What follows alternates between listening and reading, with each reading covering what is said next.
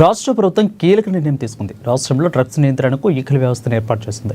హైదరాబాద్ శిల్పకళా వేదికలో anti narcotic bureau ఆధ్వర్యంలో నిర్వహించిన అంతర్జాతీయ anti drug illegal trafficking day అవగాహన కార్యక్రమంలో ఈగల వ్యవస్థ లోగోను సీఎం రేవంత్ రెడ్డి ఆవిష్కరించారు.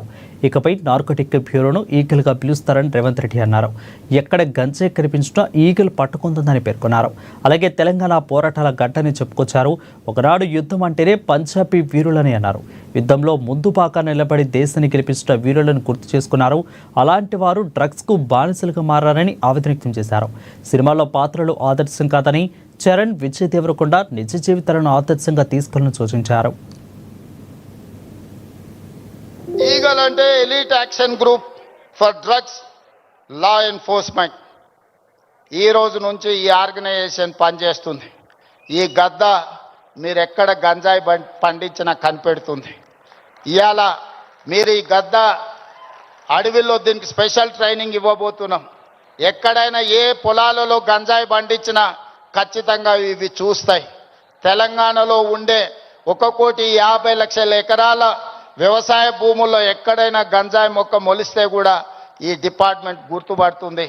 ఈ సరిహద్దులో డ్రగ్స్ ఎవరైనా తీసుకురావాలన్నా ప్రభుత్వం వీటన్నిటిని కూడా నిశితంగా గమనిస్తుంది. అందుకలారా ఒకనాడు తెలంగాణ గడ్డ ఉద్యమాలకు వేదికైతే ఈనాడు ఇదే తెలంగాణ ప్రాంతం గంజాయికో డ్రగ్స్కో వేదికగా మారితే ఇది మనకు అవమానమా, ఇది మనకు ఆత్మగౌరవమా? ఒకసారి ఆలోచన చేయండి. అందుకే డిసెంబర్ 7, 2023 నాడు తెలంగాణ రాష్ట్ర 2వ ముఖ్యమంత్రిగా ప్రమాణ స్వీకారం చేసిన మరుక్షణం స్పష్టంగా చెప్పిన, తెలంగాణ గడ్డ మీద గంజాయి కాదు కదా, గడ్డి పరకైనా మాదక ద్రవ్యాల వైపు ఆలోచన చేస్తే వాళ్ళ వెన్ను విరుస్తాము అని చెప్పి తెలంగాణ రాష్ట్ర ప్రభుత్వం స్పష్టంగా చెప్పింది. ఇవాళ మిత్రులారా, ఈ వేదిక మీద ఉన్న మేమెవరం పెద్ద పెద్ద బ్యాక్గ్రౌండ్ల నుంచి వచ్చిన వాళ్ళం కాదు. చరణ్కు బ్యాక్గ్రౌండ్ ఉంది, కానీ చరణ్ని ప్రభావితం చేసిన చిరంజీవి గారు ఏ బ్యాక్గ్రౌండ్ లేకుండా కష్టపడి కింది నుంచి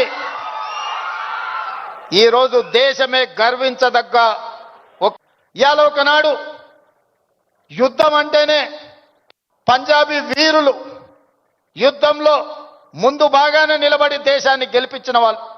ఈరోజు మరి అలాంటి వీరులున్న పంజాబ్ రాష్ట్రం నిర్వీర్యం అయిపోయి అక్కడ యువత గంజాయి డ్రగ్స్కి బానిసలు అవుతున్నారు అని అంటే ఇది ఎంత వేగంగా మనల్ని కబలిస్తుందో ఒక్కసారి ఆలోచన చేయండి. అందుకే మీ అందరికీ ఈరోజు సినిమాలలో వాళ్ళు పోషించే పాత్రలు కాదు, రియల్ వాళ్ళ లైఫ్ని ఆదర్శంగా తీసుకోండి. వాళ్ళు ఎంత కష్టపడితే ఇక్కడికి చేరుకొని ఉండొచ్చు.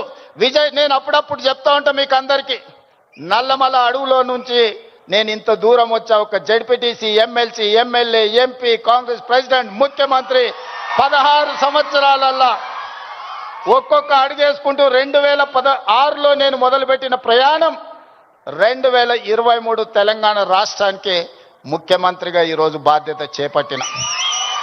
అదే నల్లమల అడవి నుంచి వచ్చిన వాడు విజయ్ దేవరకొండ. మా పక్క ఊరు పాలమూరు నుంచి ఈరోజు మీ అందరి అభిమానాన్ని సాధించిందంటే కష్టం లేకుండా, కమిట్మెంట్ లేకుంటే ఇంత దూరం రారు. వాళ్ళ నిజ జీవితాలను ఆదర్శంగా తీసుకోండి.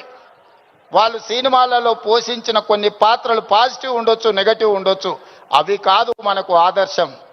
ఈరోజు రాణించాలి అంటే కష్టపడాలి అంటే కమిట్మెంట్ ఉండాలి. అందుకే ఈరోజు స్కూళ్ళ